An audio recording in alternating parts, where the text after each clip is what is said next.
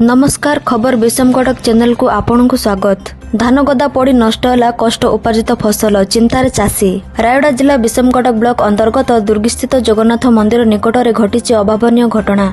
चाषी जनक प्राय 5 एकर जमीर निज कष्ट उपार्जित धान सबु संग्रह कर खଳାରେ गदा କରି रखिथिले।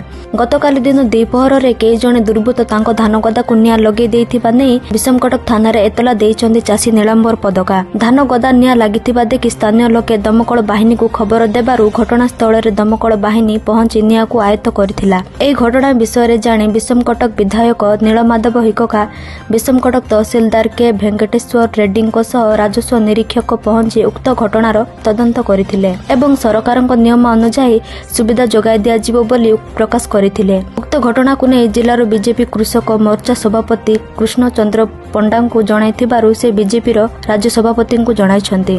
आसंता काल राज्य बीजेपी कृषक मोर्चा सभापति महेश्वर साहू दुर्गी स्थित धान पड़िथिबा जागा को परिदर्शन पाई आसुथिबार सूचना मिलिछि।